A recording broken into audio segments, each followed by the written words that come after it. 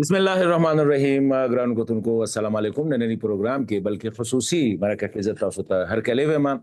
د ناول چې زه د پروګرام تاسو سره تعارف کوم نو غواړم چې مخکې سره د خپل ملما تعارف کوم موږ سره نننی خبرونه کې به وي سمی سادات صاحب جنرال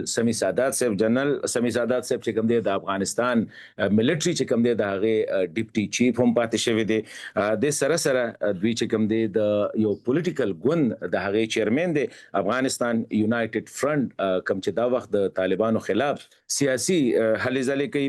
دوی کمانډینګ جنرال پاتې شوی دی د افغانستان نېشنل آرمي چې کوم سپیشل اپریشن کور هغه هم کمانډ کړی دی او د دې سره د میوند کور چې کوم دی کوم چې ساوث ویسٹ یعنی جنوبي مغربي افغانستان کې چې کوم کور دی د ملټری د نېشنل آرمي کور هغه هم دوی کمانډ کړی دی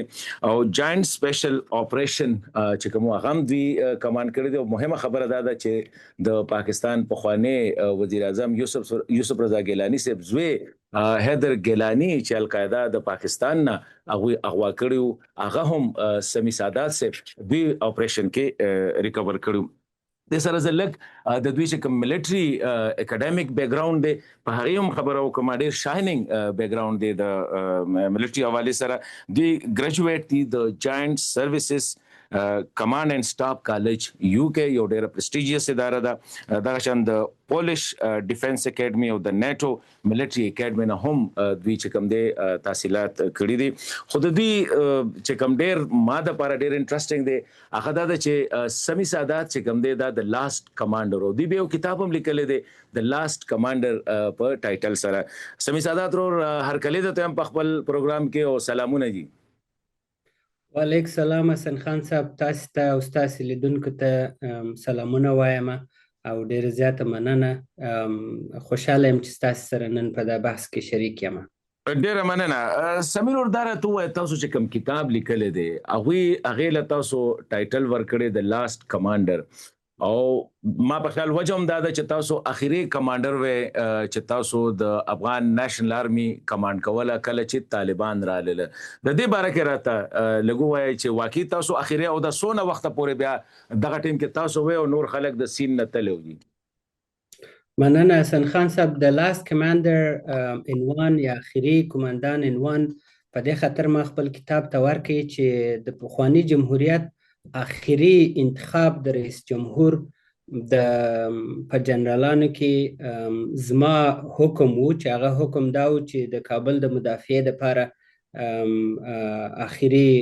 کمانډان باید زه وسیږم او په دې خاطر ما د خپل د کتاب عنوان د اخیری کمانډان پرې شوی په دې خاطر چې په جمهوریت کې اخیری انتخاب په جنرالانو کې په یو بست کې یا په یو بخش کې هغه زما او زه یوازینی کمانډان نه وم نور کمانډانان هم زموږ د پوځ لوی درستي زموږ د پوځ نور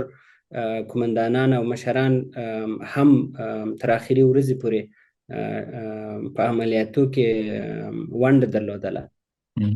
درته سمی ساده صاحب چې تاسو د لیکي چیرې 2 کاله تاسو د افغان فورسز تغه ټیم کې تاسو سره د امریکایي فوجانو ځکه چې تاسو وی چې امریکایان او طالبان یو بل سره ډېر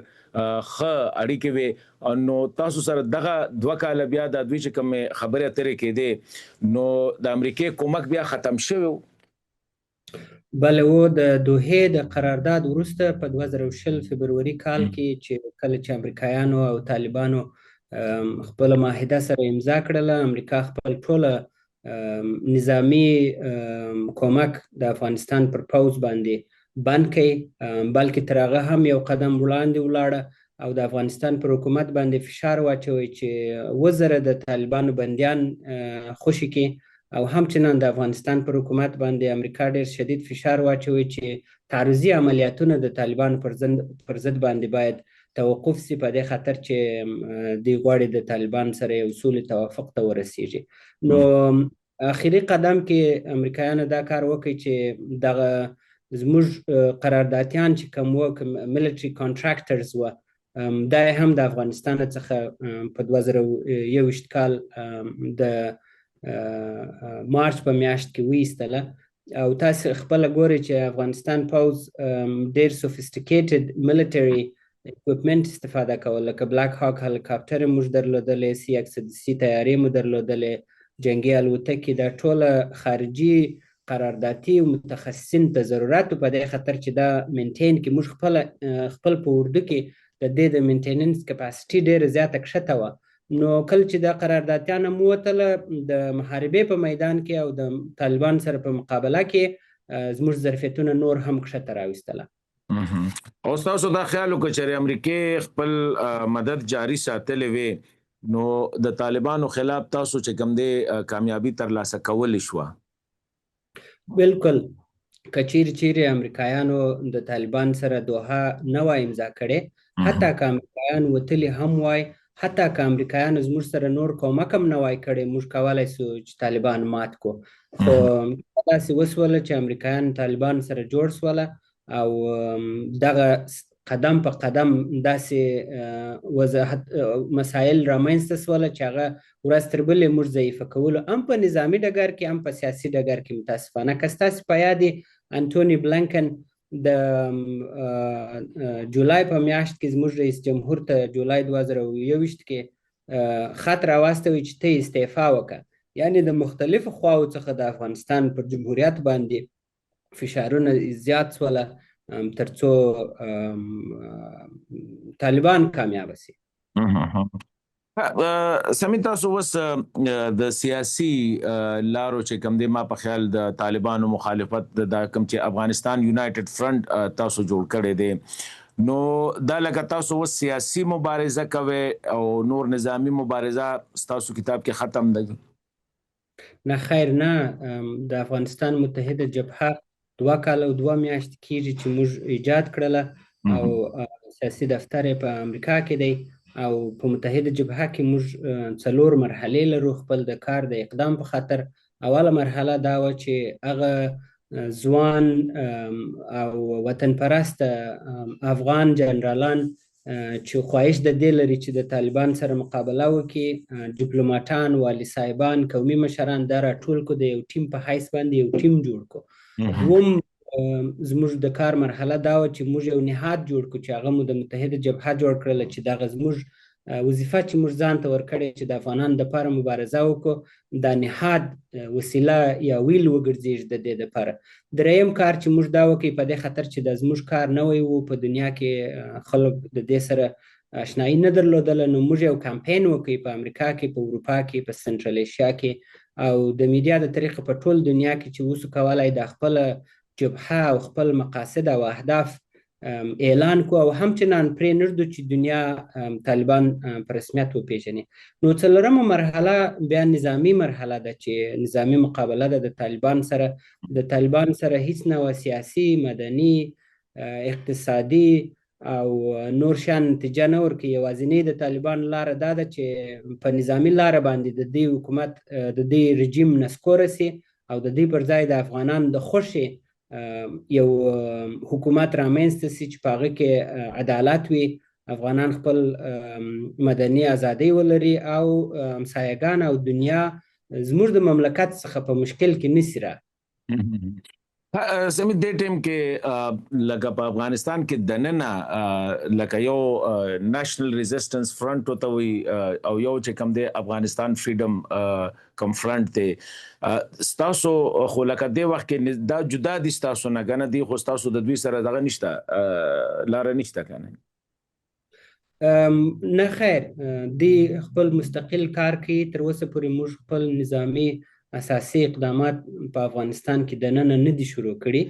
او اقدامات امکان لري چې ډېر فرق ولري او ډېر متفاوت وي. خدا تاسو سپورټ کوي دا کوم چې 2 فرنٹ د ټیم کې دی، لکه مورل سپورټ په وایي ځکه چې د ټیم کې تاسو بیا خپل دغه کوي، خو مورل سپورټ سره د تاسو موږ کمیونیکیشن سره لرو او د دواړو د جبهې مشران زه پیژنم، خصوصا ډاکټر صاحب یاسین ضیا سره. یاسین ضیا سي پخوا د افغانستان د پوز مشر پاتې شوی دی او د مقاومت جبهې سره د نظامی قومندانان سره موږ ډېر ښه ملګري او شناخت سره لرو. دا خو نه ده کنه چې دا کوم دواړه دي دا په شمال کې دي، دا دواړه ک فریډم فرنٹ ته ک ریزिस्टेंस فرنٹ ته دا شمال کې زیاتره جنگيږي، لا جنوب او مشرقي کې چې کوم دي دا سه پروګرام نه دي شروع شوی. وجه څه ده دا د چیرې دغه خوا چې کوم وي چیرې دا لکه طالبان چې کوم دی دا د پښتنو یو قسم له دغوی پسې تړي چې دا د پښتنو نماینده دي یا دغوی حکومت ته نو څه غنئ چې واقعي دغه ایتنیک لاین باندې دا دوانه دي کنه اغم تاسو وایي چې د قومي اهمیت لري یا حیثیت لري په دې باره کې چې دی په ولې په جنوب کې او په شرق کې عملیاتونه نه دي کړي زه نسم ویلی دا پوښتنه باید د دې څخه وکړې زه یو شی وایم چې مقابله او مبارزه د طالبانو پر ضد باندې مسلحانه محاربه د ټولو افغانانو خوښه ده تر ټولو د مخه د پښتنو ډېره خوښه ده په دې خاطر چې د طالبان د راتګ سره ډېر زیان چې لیدلی دی پښتنو لیدلی دی د دواړو خواو پښتنو د ډیورند دا غاړه د ډیورند دغه غاړه پښتانه خپل ډوډۍ د لاسه ورکړه خپل اقتصاد د لاسه ورکړي خپل هغه عزت او جایګاه چې دوی درلودله ورځ تر بلې د لاسه ورکوي متاسفانه چې دغه بلا چې پر افغانستان راغلی ده دا یوازې په افغانستان کې نه ده پاتې سوې تاسې وګورئ چې د خشونت په وزیرستان کې په پېښور کې په بلوچستان کې د طالبانو د راتګ وروسته څونه ډېر سوی دی او دا خشونت خو یوازې په تلویزیون کې موږ یو انفجار ګورو یا یو مقابله ګورو دا خو هلته خلک ژوند کوي د خلکو پر ژوند باندې تاثیر اچوي د خلکو زیربنا ور خرابوي د خلکو اقتصاد خرابوي د خلکو کورونه خرابېږي او ورځ تر بلې دا خو ټول افغانان دي دغه خطه ټول افغانان دي او افغانان په دې کې تاواني سوي دي افغانان د رقابت او د مقابلې څخه پاتې سوي دې ته مجبوره سوي دي چې ولاړ سي نورو هیوادو ته پناهنده سي او هغه فرصتونه چې د یو انسان په حیث باندې دوی ته خپل په وطن کې مهیا و هغه ورځ تر بلې د طالبانو پدیده د دوی د لاس څخه اخلي دا چې سمی ساده صاحب لکه اوس افغانستان کې چې تاسو پرسته نظامی مقاومت کوي یا که سیاسي دوانه خبره کو نو زهره خبره د تاسو تبلغ د گاونډي هیوادونو کې د چا نه چا ضرورت دي چې څوک زه اډریس لکه ټیک تک نظامی سپورت سره نه کې خو چې اخلاقی او نو داسې امکان شته چې دا شپږ کم د افغانستان گاونډي هیوادونه دي پاکستان دی ایران دی ترکمنستان دی ازبکستان تاجکستان چین چې یو هیواد سره رابطه وشي او الته کې تاسو اډا تاسو د ناستې ځای تاسو خبره شاته میډیکل سپورت کم چې افغان طالبانو ته ملاوي دي که دا کار وسی حسن خان صاحب دا به ډېر ښه کار وسی او موږ کار به لا اسانه کړي خو دا کار په دغه اوسني شرایطو کې زه یو څه مشکل وینم په دې خاطر چې همسایګان ټوله تقریبا ټوله ډېر بې ظرفیته همسایګان دي او دغه منطقي تهدید د منطقي په حیث باندې دوی نه پېژني هر یو خپل د ځان دپاره یو خاص پروګرام جوړ کړی دی او د هغه د روی څخه د طالبان سره خپل کار کوي او دا کار نتیجه نه ورکوي او دا کار بالاخره د دې نتایج به داسې چې هر مملکت به خپله یوازې انفرادي شکل سره خپل تاوان د طالبان څخه ویني یو کلیکټیو پالیسي په منطقه کې زه نه وینم زموږ ارزیابي چې موږ کوو هغه دا دی چې طالبان په اول کال کې چې راله هم د منطقې حمایه یې درلودله او هم جهانی حمایه درلودل مګر د وخت په تیریدو سره مثلا د طالبان یو غټ حامی پاکستان و هغه د لاسه ورکړي بل حامی چین و هغه د لاسه ورکړي په منطقه کې اوس یو مقتدره هیواد چې د طالبان حامی دی هغه ایران دی او دنیا کې طالبان داسې یو قوي حامی نه لري تر یو وخته پورې چې د بایدن حکومت و بایدن کومک کوي د طالبان سره اوس هغه هم دوی د لاسه ورکړی دی نو د ورځې تر بل تر تېرېدو پورې هم په منطقه کې هم په جهان کې هم دننه په افغانستان کې طالبانو خپل هغه حمایه د لاسه ورکوي او بالاخره ټوله اوس په دې باندې راضي دي هم افغانان دننه هم د منطقې هیوادونه هم د دنیا هیوادونه چې طالبان باید نه وي خو اوس نو په دې کې څوک څونه کومک کوي دلته بیا د ظرفیت او د قصد موضوع راځي همسایه هیوادونه هم ګوري زموږ مجبوریت بدبختۍ ته یو بل اضافه مشکل دی هم جوړوي دنیا خپل په جنجال اخته دی ناټو د روسیې سره جنجال کړی دی اروپا او امریکا سره جنجال لري پر گرینلند پر دې مسایلو باندې نو موږ داسې ډېر یوازې پاتې یو حسن خان صاحب خو په تاریخ کې موږ ډېر داسې وختونه تیر کړي دي چې په یوازې موږ مقابله کړې د خپل د وطن عزت او ازادي مو برته ګټلې ده موږ دغه عزت او ازادي برته ګټو شاید دونه اسانه نه وي مشکلات ستا، چالشونه ستا، قرباني غواړي. مګم دا کار موږ کوو، بار بار مو په تاریخ کې کړی دی او اوس هم استثنایی حالت نه دی. خو یو د سمی سادات صاحب لکه یو پرسپشن دا دی چې د افغانستان د 13-50 کال نه تقریبا په دې حالت کې دی، تغیر حالت کې دی، بدلیږي او 10 کال پس یا 10 کال پس دنیاوال دا خبره کوي چې اوس دنیا د دوی نستړې ده د افغانستان نه، نو نور دې ته تیار نه دي چې دوی د بهر نه خو دننه نه کس وشي، نو د دننه نه څه امکان شته؟ څنګه تاسو بالکل ټیک خبره وکړه، پاکستان هم وایي چې بس ډېر وشول اوس نور پکې دغه نه کوم کې دي شي، داسې تاجکستان هم وایي، داسې ازبکستان هم وایي، ایران خو یو خپل اپروچ لري کوم چې تاسو وې، نو تاسو غنئ دا چې واقعي د دغه فټیګ د وجې نه، د دغه ستړیوالي د وجې نه چې کوم دی اوس دا ټول دغه چې دی دا په افغانانو باندې خپلوي او هغوی به دې دپاره بیا ډېر لوی نقصان کوي. بالکل موږ هم د دنیا د مداخلو څخه ستړي سوي یو. اکثره په افغانستان کې جوړ مشکل د دنیا د بیروني د مداخلو د لاس څخه دی. راځي چې داسې یو څه په تاریخ کې شاته ولاړ سو. په 1990 کال کې د روسانو اشغال پر افغانستان باندې دا یو خارجي کار و او خارجي مسئله و. بیا نو د مجاهدینو جوړېدل او دغه آزادي خوا افغانان په اول سر کې ته وګورې د پوهنتون استادان و، محصلین و، عادي خلک و، د خانانو زامن و، د بزګر و، دا خلک و کرا چې ګورې ژر یې غټېدلې او داسې افراطي و خواته تلله، او دا په دې خاطر چې لکه د عربو مداخله و، د CIA مداخله و، حتی د پاکستان پوز چې وګورې د 90 کلو څخه تر اوسه پورې ډېر افراطي سوی دی، په خاطر د دې چې د افغانستان د جهاد په مسئله کې هغه څوک چې به ډېر افراطي و هغه ته به ډېر عربو پیسې ورکولې، CIA به پر هغه باندې ډېر نازېدی، نو دا افراطیت مذهبي د هغه ځای څخه ایجاد سو او د کمونیزم چې روسیې د شوروي مور د شوروي ایجاد کړی، د دې په عکس العمل کې داسې یو افراطي مفکوره رامنځته سوله چې اوله مجاهدینو دا کار تر یو ځایه پورې راورسوی، بیا نو طالبانو ډېر په حساب دا کنسپچوالایز کوي او د مدرسې په سیستم کې داسې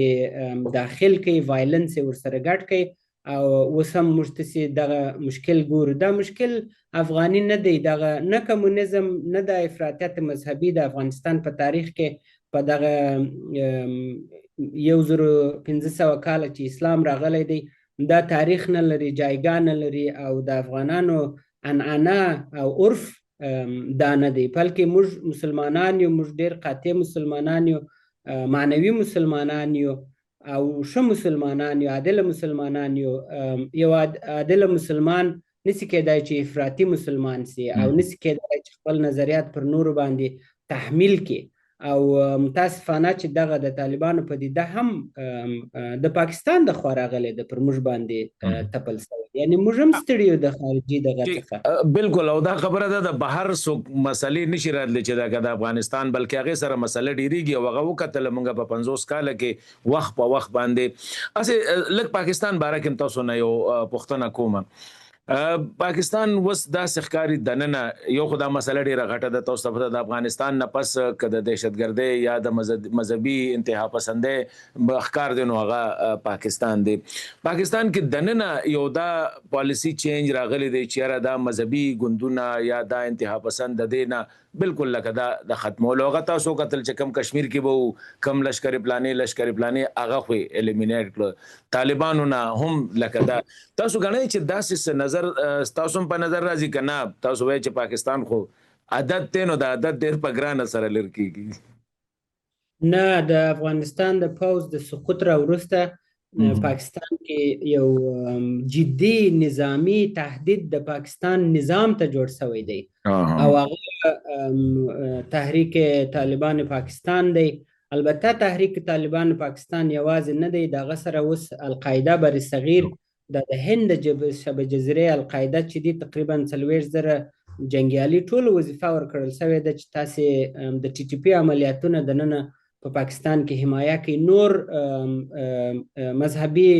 او افراطي ګروپونه چې په پاکستان کې په اصطلاح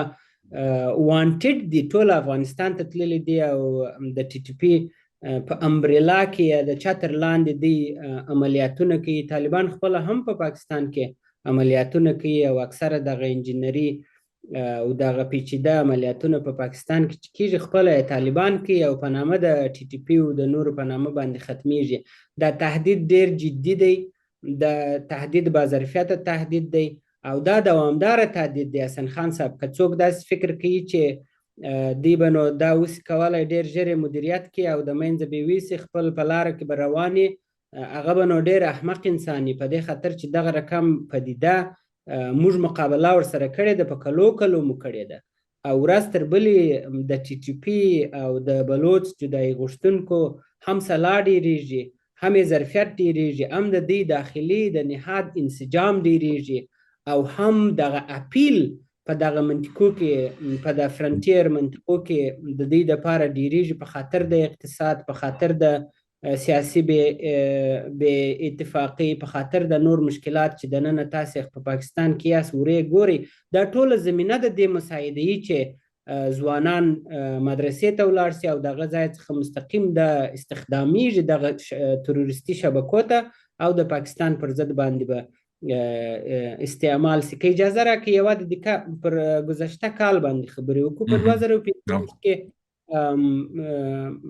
ټي ټي پي ډېر منظمه سوله، د کال په شروع کې دی خپل تشکیلات جوړ کړل او هغه ډرونز سره رااله، ډرونز ټیکنالوژي هم په 15 کې رااله، لکه نه کال 2015 کې دا کوچنی ټیکنالوژي سیګنیفیکنټ نه ده حسن خان صاحب. سیګنیفیکنټ دا ده چې د څو ټوټې چې ټي ټي پي ټوله اتفاق سره یو ځای سوله، ځان ته قومندانان، والیان، استخباراتي بخشونه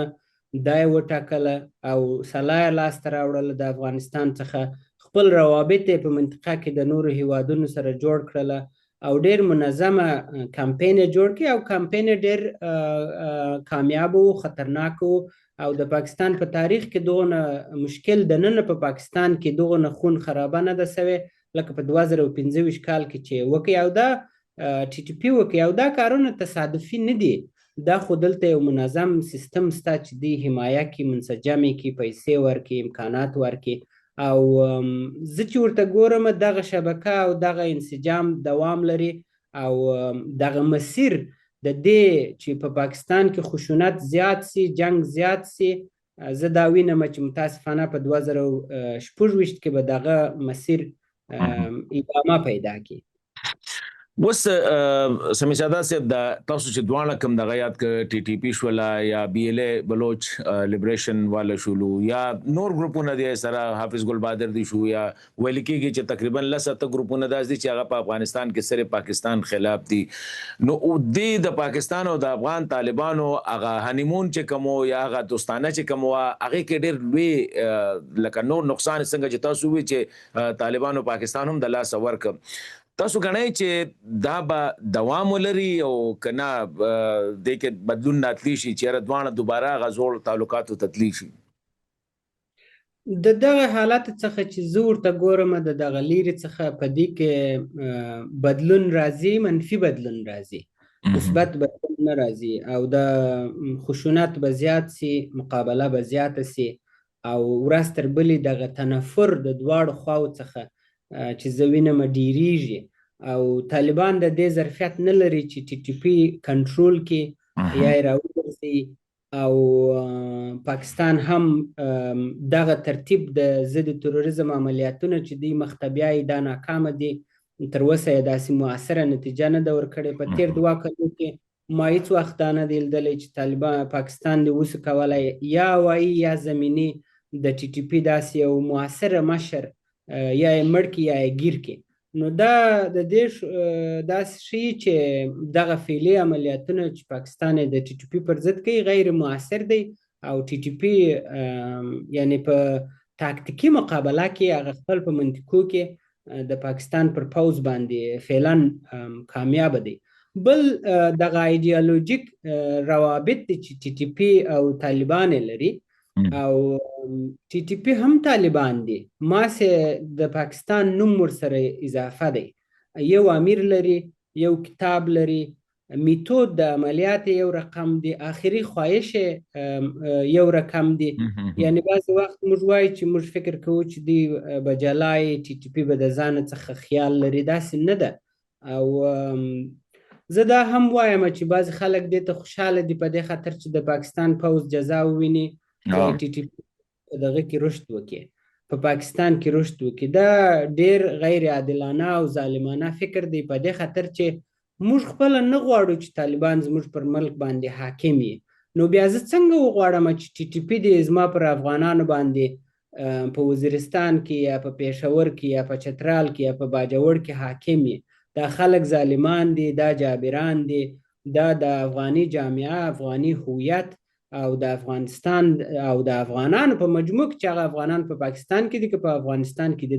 دغه زموږ ظرفیت او مقابله زموږ څخه اخلي، ضعیفه کوي مو، بیچاره کوي مو، مهاجر کوي مو. او دا خواهش باید موږ ونه لرو. که چیرې موږ هغه افغانان ته افغان وایي چې په پاکستان کې ژوند کوي او د هغو دپاره عدالت غواړو، نو باید د هغو د رشد دپاره موږ کوشش وکړو او تلاش وکړو، نه د ټي ټي پي او د طالبانو د رشد دپاره. سمیع چندر صاحب لکه لومبۍ چې امارت کومو هغه ټیم کې دوی د یو دغه شانتې د یو ټیرریست ګروپ په سر باندې چې کوم دی هغه سټینډ واغستو افغانستان یو 20 کلن جګړه ته تاسو ته پته بیا حالات چې راغلل. اوس دوی بیا چې کوم دی د یو داسې ګروپ په سر باندې بلکې یوازې ټي ټي پي نه د ټي ټي پي دا القاعده دا داعش دی ایم یو دی ټي آی ایم وغیره لکه اقوام متحده وی چې 20 ګروپونه دي. ولې د دوی ارادې څه لري طالبان؟ یو خو تاسو دا وایي چې د دوی وس نه رسي چې د ټي ټي پي خلاف کاروایي وکړي، خو بل رپورټونه دا راځي چې دوی ته باقاعده زمینه هم هواري د هغوی دپاره چې دا پاکستاني مجاهدین دي، دوی هلته کې جهاد کوي. نو ولې دوی دا کار کوي؟ دا یو څه تاریخي دواړه داسته تاریخي بحث مو وکړئ. دواړه مسائل هم حراس او هم مشکل دواړه طالبانو په تاریخي حافظه کې لري. اول دا چې طالبانو بن لادن ته ځای ورکړي او سبب د دې شو چې امریکا مداخله وکړي او د طالبانو رژیم د امریکا او د پخواني مقاومت د خلکو د خوا څخه نابود سي. دا د طالبانو په ذهن کې سته او عین کار اوس بیا کوي. دی مثلا د القاعده مشران په افغانستان کې دي، الظواهري په کابل کې ګرسري کې مړ سو، دا اوس هم قمندانان، مشران، فامیلونه ټول په افغانستان کې دي. تقریبا 900 یوازې د القاعده قمندانان په افغانستان کې ژوند کوي او دا ځای دی ورکړی دی، دا لاره دی ورته ښودلې ده. یعنی د دې تهدید هر لحظه شته چې یو خارجي ملک راولاړ سي پر افغانستان باندې حمله وکړي، لکه پاکستان چې وکړي چې بهانه نورولي محسود و او پر کابل باندې بمبارد وکړي. بل د طالبانو وهم دی. د طالبانو وهم دا دی چې په 2001 کال کې کله چې امریکا پر افغانستان باندې طالبانو پر رژیم باندې عملیات شروع کړل، د پاکستان پوځ د امریکا ملګري وکړله. اوس دی فکر کوي چې بیا هم کېدای سي امریکا یا یو بل مملکت راسي او پر طالبانو باندې حمله وکړي، چون طالبان پوهیږي چې دی دننه چیش کوي او د پاکستان پوځ به بیا د هغو سره کومک وکړي او د طالبانو د سرنګونۍ او د سقوط سبب به وګرځېږي. نو بنان ملا هیبت الله خپل نږدې انر سرکل ته بار بار دا تکرار کړی دی چې په دغه منطقه کې به یا موږ یو یا به د پاکستان پوځ وي. موږ نسو کولی چې دواړه نجات پیدا کړو یا سروایو وکړو. نو بنان تر دې د مخه چې د پاکستان پوځ د دې ظرفیت پیدا کړي چې د یو خارجي یا د افغانان سره لاس یو ځای کې زموږ رژیم راته نسکوره کړي، بهتره دا دی چې موږ تاسې واوړو پاکستان ته او د پاکستان پوځ را نسکوره کړو. موږ ناټو ماته کړه، امریکا مو ماته کړله، نو بنان د پاکستان پوځ هم ماتولی سي. دا د طالبانو تحلیل دی. آیا دا تحلیل دی کولی سي دغه فکر او دغه قصد چې دی لري عملي کې په پاکستان کې؟ زه نسم ویلی چې دی عملي کولی سي که یې نسي عملي کولی، مګم د دې خواهش دا دی او دا وهم یې تر یو حده پورې رښتیا هم دی چې د منطقې هیوادونه د دې ظرفیت لري چې د افغانان سره یو ځای سي او د طالبانو نظام نسکوره کړي. اسه دا راتوي چې دا کوم حالات روان دي نو پاکستان خو لکه یو افغانستان کې سټرایک وکړل کوم چې تاسو وی چیرې لکه د نور ولی مسعود یا د نور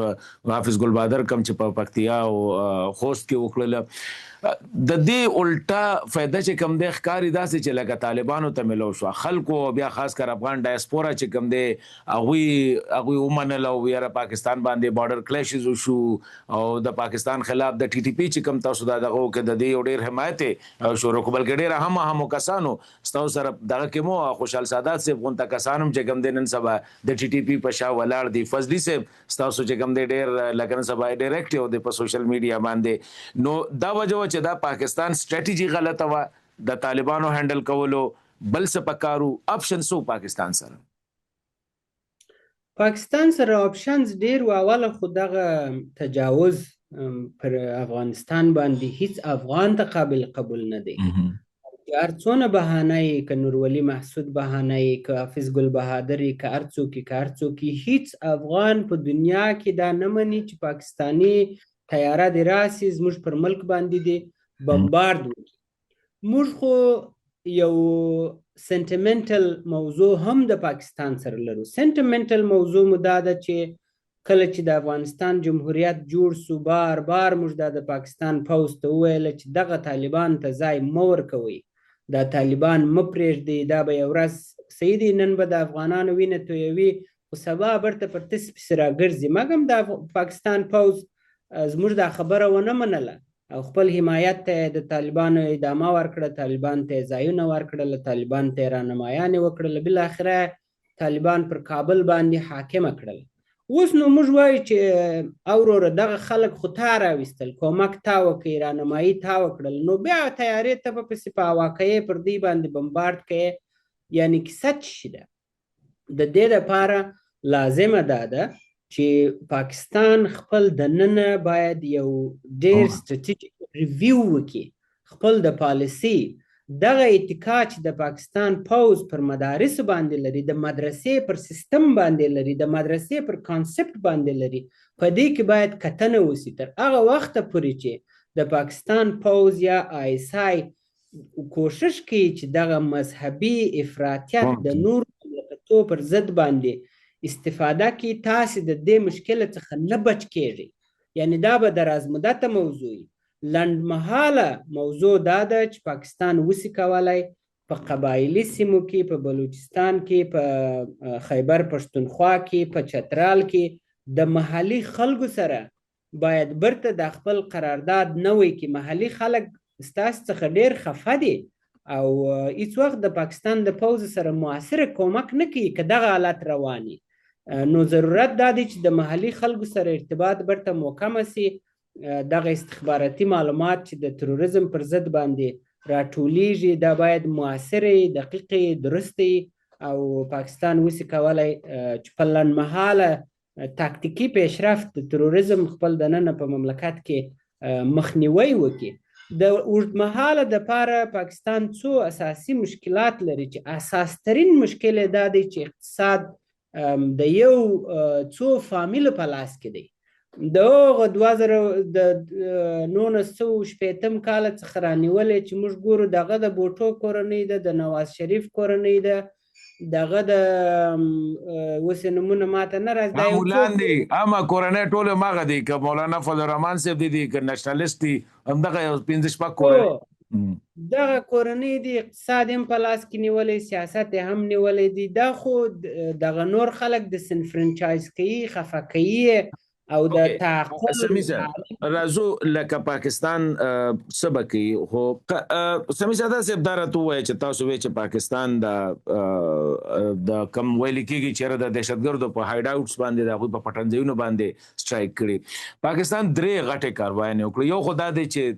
دغه سټرایک مجبوری و د افغانستان نه روزانه تشکیلونه راځي او تاسو په خپل هغه تصویرونه وینئ او زیاتره تاسو د پاکستان د فیلډ مارشل هغه سټیټمنټ چې زیاتره حمله کیږي نو پاره کې 70% افغانانی لکه څنګه چې تاسو وی چیرې طالبان هم په دې کې ډېر شامل وي. نو بیا پاکستان سره څه اپشن دی؟ اکونومیک بلاکیټ باندې د هغوی پروا نشته دی. ریفیوجیز هغه خبره وه په هغې هم هغوی پروا نه ساتي، بلکې افغانستان کې دننه چې کوم صورتحال دی هغوی د دې نه نور نه خرابېږو مونږ. بالکل د پاکستان دپاره اپشن دا دی، اوله خو دغه څو شیان باید متوقف کړي. دغه مهاجرین چې په پاکستان کې دي، حسن خان صاحب دا خپله د طالبانو څخه راتښتېدلي دي راغلي دي. یا که تاسې مړه کوي برته یې واستوئ، تکه تکه یې کوي، بندیان یې کوي، شکنجه یې کوي، طالبان لا خوشحاله کېږي. طالبان وایي وروره دا خلک زموږ څخه تللي دي چې هر څه پکوي. دا غلطه پالیسي ده، دا کومک نه کوي، بلکې دغه انټای پاکستان سنټیمنټ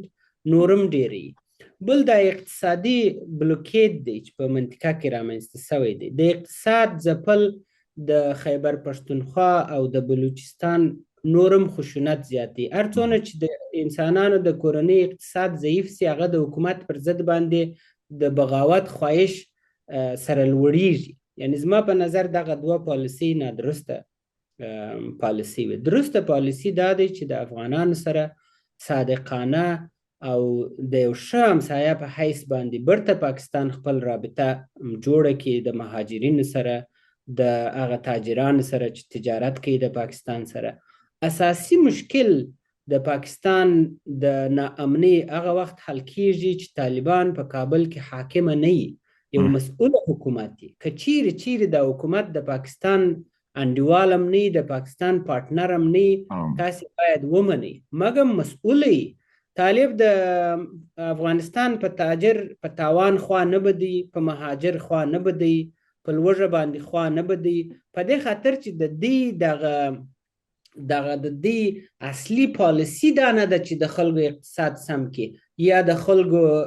ژوند سم کړي یا د خلکو دپاره عدالت راولي. د دې اساسي پالیسي دا دی چې خپل ځان او خپل مسلح کسان ژوندی وساتي، او هغه په دې باندې کولای سي خارجي کومکونه ورته روان دي. دننه هم په افغانستان کې په کافي اندازه معدنیات سته او اقتصاد یو څه چې په چرخش کې دی، ټوله ګټه دی د ځان سره وړي. په منطقه کې رای حل دا دی چې په کابل کې د افغانانو د خوښې یو مسؤله حکومت حاکم وي، او هغه طالب نه دی. طالبان به په دغه ایران کې مشکل جوړ کړي، په ازبکستان کې به مشکل جوړ کړي. ډېر په سرعت د ازبکستان ځوانه طبقه دا اوس د مذهبي افراطیت خواته روان دی. په تاجکستان کې دغسې کیسه روانه، د مذهبي افراطیت خپل نهایي حد ته رسېدلی. حتی قزاقستان او هغه لیرې مملکتو ته هم د طالب حضور خپل تاثیرات اچولی دي، او دا منطقه ورځ تر بلې خشنه کوي، خرابوي. او ستاسې د دا په یاد همیشه په اسلامي ملکونو کې چې خارجي خلکو مداخله کړې ده، زمینه د مداخله افراطي ګروپونو جوړ کړی دی. یا هوتیانو په یمن کې جوړ کړی، یا طالبانو په افغانستان کې جوړ کړی، یا یو بل ډله یو بل ځای راولاړ شوی دی. زمینه یې د دې جوړه کړې ده چې نور مملکتونه راسي مداخله وکړي. رای حل به دا وي چې اول خو پاکستان خپل پالیسي باید مشخصه کړي چې دغه مذهبي افراطیت نور باید د پاکستان د خوا رشد ور نه کول سي. دا د مدرسې سیستم، دا د ملایانو سیستم، دا غلط سیستم دی، دا نادرسته سیستم دی. دا یو ډېر داسې څه درته وایم، یعنې خاص کر چې دا کم دا اوس چې راغلی د مدرسې سیستم خو که ته وګورې پاکستان، افغانستان، انډیا کې ډېر د پخوانه دی، خو چې دا کم د دې جنګي دغه دپاره تیاریږي، تاسو د دې خبره کوئ که نه؟ حسن خیل صاحب د مدرسې سیستم د اوله سره څخه فتنه وه، تر دا اوسه پورې فتنه ده، آینده به یې فتنه وي. دغه د دیوبند په نامه باندې چې د مدرسه جوړه سوله ورې، اوله هغه خلکو جوړه کړله چې د انګریزانو پر ضد د مقابلې خواهش درلودی. مګر څو نفره تا د دیوبند د مدرسې څخه ولیدل د انګریز د اشغال په وخت کې چې په هند کې د دوی راولاړ سوي مقابله دې کړې؟ صفر، یو نفر هم نه دی. بیا دغه د مدرسې سیستم په پاکستان ته را انتقال سو، خصوصا د افغانستان د جهاد په وخت کې چې دوی به راولاړ سي او د روسانو پر ضد باندې به مقابله وکړي. تاسې د څو مدرسو څخه خلک لیدلی دي چې د روسانو په مقابله کې غټ غټ خلک سوي درېدلي مقابله یې کړې؟ صفر. بیا نو دغسې ادامه یې پیدا کړله که یو هیواد چې غواړي مسلمانان ضعیفه کړي، بیچاره یې کړي، د رقابت د مقابلې او د نړیوال علم څخه یې شاته واچي، برته هغه پخواني کتابونه د 1500 کاله د مخه کتابونه په لاس ورکوي، وایي دغه لوله، شاوخوا د دیوالونه که بله ته بل ځای مه وینه. دا خو د مسلمانانو په تاوان دی او بیخي د فتنې کان ګرځېدلی دا مدرسه. ته پوهېږې، ته هلته یې حسن خان صاحب افغان یې پښتون یې په دا مدرسو کې، ته پوهېږې چې څه تېرېږي پر دا ځوانو هلکانو باندې، څه کارونه کېږي، څه فساد کېږي، څه فتنه روانه ده. دا سیستم غلط دی، دغه استادان غلط دي، دغه امیران غلط دي، دغه جنګجویان غلط دي. که موږ غواړو چې د دنیا سره سیالي وکړو، خپل منطقه کې بقا پیدا کړو، اقتصاد مو رشد وکړي، سیاست وکړو، مقابله وکړو، فابریکې جوړې کړو، نو موږ باید د مدرسې دروازې وتړو او د مکتبونو دغه وس بالکل سمې سادات یو بل وس کله د طالبانو نه ځان خلاصي تاسو وایي چې را انټرفیرنس د بهر نه پاکستان د نه کی، تاجکستان بم نه کی، ایران بم نه کی، لکه دا او ظاهر خبره د مداخلت خو لکه بل د غم نشته دی. نو بیا څنګه به دا کېږي؟ افغانانو باندې څلورو کالو نه لکه په زنانو باندې سکول باندې کار په باندې مخالفین بالکل نه برداشت کی، هدفي دغه کېږي وجنې کېږي. د ایران کې تاسو قتل چې دوه مهم کسان چې دی هغه ټارګټ کیلینګ وشو پاکستان کې، یا ځای په ځای باندې هغه روان دي. میډیا باندې د خلک دام نشي ویلي چې ما ماښام روټۍ نه ده خوړلې لکه په سوشل میډیا هم ډېرې سختې پابندۍ دي. نو او افغانستان کې اوسه پورې داسې یو مومنټ خورا نه غی چې لکه د دوی خلاف ودرېږي. بالکل تر اوسه پورې نه دی راغلی، مګم راځي. افغانستان په دننه کې دغه مشکلات چې تا ټوله یاد کړله، دا خلک دې ته آماده کړي دي چې بغاوت وکړي او مسلحانه بغاوت وکړي او د طالبانو رژیم را نسکوره کړي، او دا کار افغانان کوي. بار بار موږ ظالم او جابره رژیمونه چې راغلي دي موږ خپله چپه کړي دي، او دا کار افغانان وسم کوي، بیا یې کوي. خپل وطن به موږ خپل آزاد کړو، خپل ازادي به لاسته راوړو او خپل د ځان حاکمیت به هلته راولو. د همسایګانو سره زموږ خواهش دا دی چې تاسې که زموږ سره کومک نه کوئ مشکل نسته، مګم دغه افغانان چې مهاجره سوي دي، بیچاره سوي دي، دغه پر داسه سر مه ټکوئ. دا بیچارهګان تر دې د مخه هم د طالبان د لاس څخه په شکنجه کې راغلي. یوه موضوع او بل موضوع د طالبان سره کومک مه کوئ. دا اوس هم که چیرې د پاکستان او د طالبانو په منځ کې جګړه وسوله، مګم د پاکستان د ننه په حکومت کې، په پوځ کې، په استخباراتو کې، په پولیسو کې طالبان خلک لري چې هغه د طالبان طرفدار دي. هغه د طالبان دغه خو د سره زم ډیره درنه لابي دی جی، خاص کر په پالیټکس کې، په اسټابلیشمنت کې شته دی. په اسټابلیشمنت به بیرې په پالیټکس کې بلا نه وي. دغه پالیټکس خیر د مذهبي طبقو سره چې کومه ده او پاکستان کې مذهبي پولیټیکل دغه شته دی جی. و دغه مذهبي خلک په پالیټکس کې حساب کوي. ستاسې مشکل بیا دا دی چې مذهبي پالیټکس هم شته په پاکستان کې نه. اوس دغه بیا د طالبانو ډېر طرفدار دي، نظر و دې ته چې دغه یو جنون سولې طرفداري ولري. نو زما په نظر رای حل د افغانانو په لاس کې دی. دا اقدام او دا رهبري باید افغانان وکړي. د همسایه او مملکتو څخه زموږ خواهش دا دی چې موږ ستاسې څخه کومک نه غواړو، مګم زموږ دپاره خنډ هم مه جوړوئ او دغه طالبان موږ نسکوره کوو، چپه کوو یې، نړوو یې او یو مسؤله حکومت جوړیږي او بیا پر مشترک منافعو پر اسې سمیزاده صاحب لکه زما یو رائے د کېدی شي تاسو سره متفق نشه، لکه نظامی کومک نه دی پکار، لکه چې په افغانستان کې دوی فوجي یا دغه حواله سره خو لکه سیاسي، لکه ګوره طالبان چې کله جنگیدل نو هغوی له قطر کې ولا دفتر ورکړو، هغه تقریبا په ما خیال کال 2014 کې حامد کرزی صاحب واخو په هغې کې ولا دفتر ورکړو. نو لکه داسې سیاسي کومک که گاونډیانو کې یا بل گاونډیان دي نه خو چاته نه پکار دی چې که پاکستان طالبان نه مني نو پکار دی چې تیر حکومت مني هغوی له ځای ورکي. دا خبره خو به ډېره ښیي چې زموږ په منطقه کې دا قدر کې تعقل پیدا سي، دا فکر پیدا سي چې موږ د افغانان سره کومک وکړو چې خپل دننه په کور کې دا مشکل سره حل کړي. ډېره ښه خبره یې، مګم زه دا نه وینم یوازینی هیواد چې په دغه مسئلې ته د ریالیزم په سترګه باندې ورته ګوري هغه تاجکستان دی او تاجکستان د دې ظرفیت نه لري چې د افغانان سره دونه کومک وکړي. دوه هیوادونه چې د دې ظرفیت لري چې دغه موج د تهدید او خشونت راکښته کړي د افغانانو سره په اشتراک سره، هغه پاکستان او ایران دی. چې پاکستان هم تر دا اوسه پورې چې زه خبرې کوم نه غواړي چې د طالبانو حکومت را نسکوره سي. دوی غواړي چې طالبانو باندې فشار راولي چې یو څه د پاکستان خواهشات دي هغه ومني او هغه امکان نه لري. او ایران خو قطعا نه غواړي چې طالبان د منځه ولاړ سي. دوی د طالبان سره کومک کوي، د طالبانو د نظام د بقا لپاره اقتصادي مرستې کوي، سیاسي رهنمایي کوي او نور کومکونه. ایران خو دا کوشش هم کړی چې دا مخالفین د طالبانو رايوځي کی او وسره پخلا کی، دا یو دغه هم کړو کنه، دا وسم کوي. دا اوس هم ایران په دې باندې اخته دی. خو دغه اشتباه چې پاکستان وکړله چې پر طالبانو باور وکړي چې دا زموږ وروڼه دي او تعهد به وي او توافق به وي،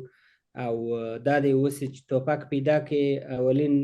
ډزې د افغانستان بعد د پاکستان پر سینې وکړي. د عین اشتباه حسن خان صاحب زه اوس ګورم چې ایران او انډیا یې کوي. ایرانیان فکر کوي چې پاکستانیان بې ظرفیته وه او نه پوهېدل چې طالبان څنګه مدیریت کړي. موږ کولی سو چې طالبان درست مدیریت کړو. د مودي حکومت په دنیا کې د مسلمانانو ضد حکومتي سیستمونه په ټول دنیا کې حسن خان صاحب دوه دي. یو د اسرائیل حکومت دی چې مسلمانان ګرسري کې نه غواړي، او یو د مودي حکومت دی چې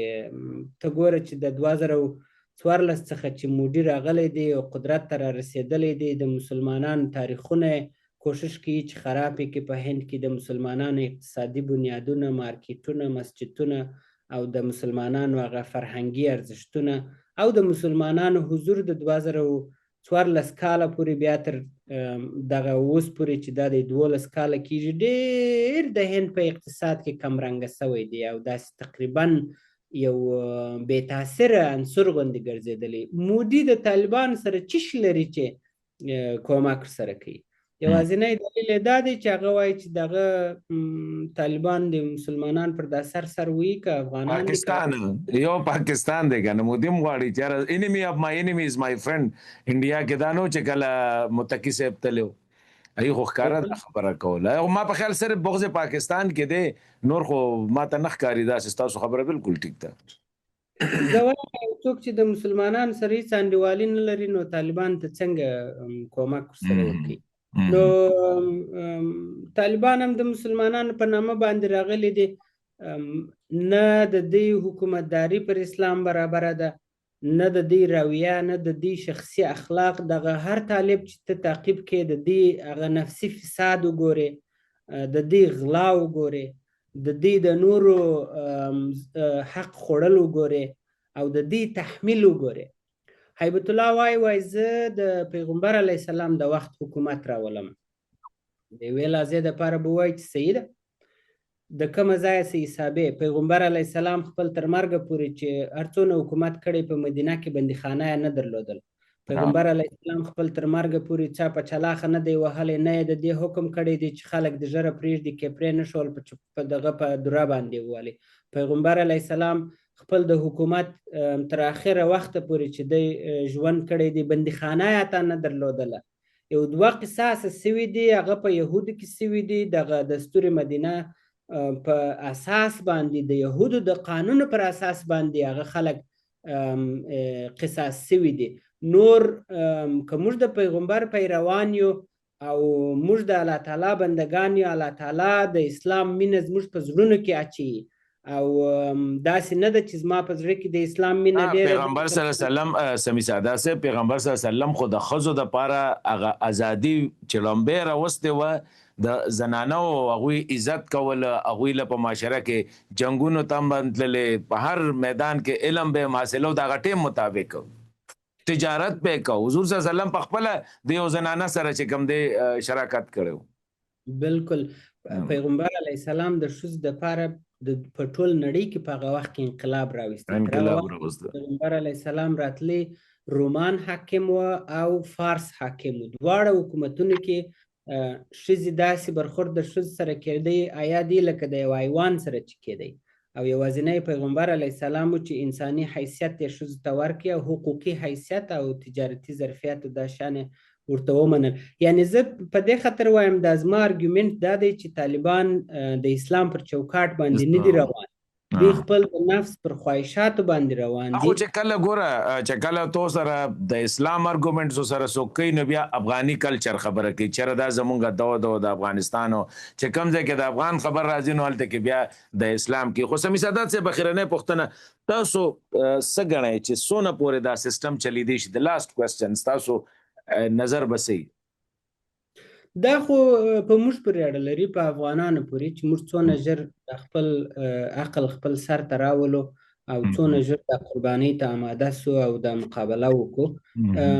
یو شی چې په تاریخو کې ثابته سوی دی هغه د ظلم حاکمیتونه دوام نه لري، خصوصا په افغانستان کې نه لري. او یو وارې چې د خلکو دغه نفس تنګي خپل نهایي حد ته ورسیږي او افغانان چې سلا واخیستله بیا نو چې هر رقم رژیم یې نسکوره کولی شي. او د افغانستان یو مسئله بله ده چې زموږ مظاهره نه ده زده، زموږ چې د حکومت سره مشکل راشي سلا اخلو ډېر ژر یې راچپه کوو. د طالبانو حاکمیت دوام نه لري، طالبانو حاکمیت به ډېر په خشن بالکل هغه د ما په خیال د حضرت علي رضی الله تعالی عنہ قول دی کنه چې د کفر نظام پاتې کیدی شي خو د ظلم نظام نشي پاتې کېدلی. الملک یبقى مع الكفر ولا یبقى مع الظلم. مع الظلم دا حدیث صدیق دی، بیخي دغه صحیح خبره ده. او دغسې کیسه دی افغانان به خپل ازادي واخلي. خو زموږ خواهش دا دی ستا څخه د یو افغان په حیث باندې چې دغه مهاجرین چې په پاکستان کې دي بالکل دا تاسو خبره او بیا خاص کر دا موسم هم داسې دی یخني ده او بیا هغه مهاجر څه کوي په د اسلام آباد کې هغه افغانان چې هغه د طالبانو یا جرنالستان دي یا آرټسټان دي دا ګلوکار دي سندرغاړي دي هغوی چې دا لیګل دام لګ ډېر یا هغه زنانه اکټیویسټ دي کوم چې د مدني ټولنو سره تعلق لري هغه بیا ډېر ظلم دی کنه. هغه بالکل نه دی پکار چې هر افغان پاکستان ته راغلی دی مجبور نه راغلی ظلم څخه راغلی دی او همسایه په حیث باندې خصوصا ستا څخه مخواهش دا دی چې کوشش وکړه چې دغه حکومت د خپل ظلم پر د مهاجرینو باندې بند کړي او دا خلک هلته خواهش نه لري چې پاتې سي، چې هر څونه ژر کابل آزاد سي دغه افغانان ټوله بیرته خپل ځایو ته ځي، خپل کورو ته ځي او ښه دی چې د یو ښه خاطرې سره ولاړ سي او ښه همسایهداري به د دغه ځای شروع کېږي. ډیره مننه جنرال سمي سادات صاحب، ډیر خوشاله شوم سمي سادات صاحب تاسو سره مخابره کړو، ډیر زله پورې خوږې خبرې تاسو وکړې. مننه حسن خان صاحب، ښه ورځ ولرئ.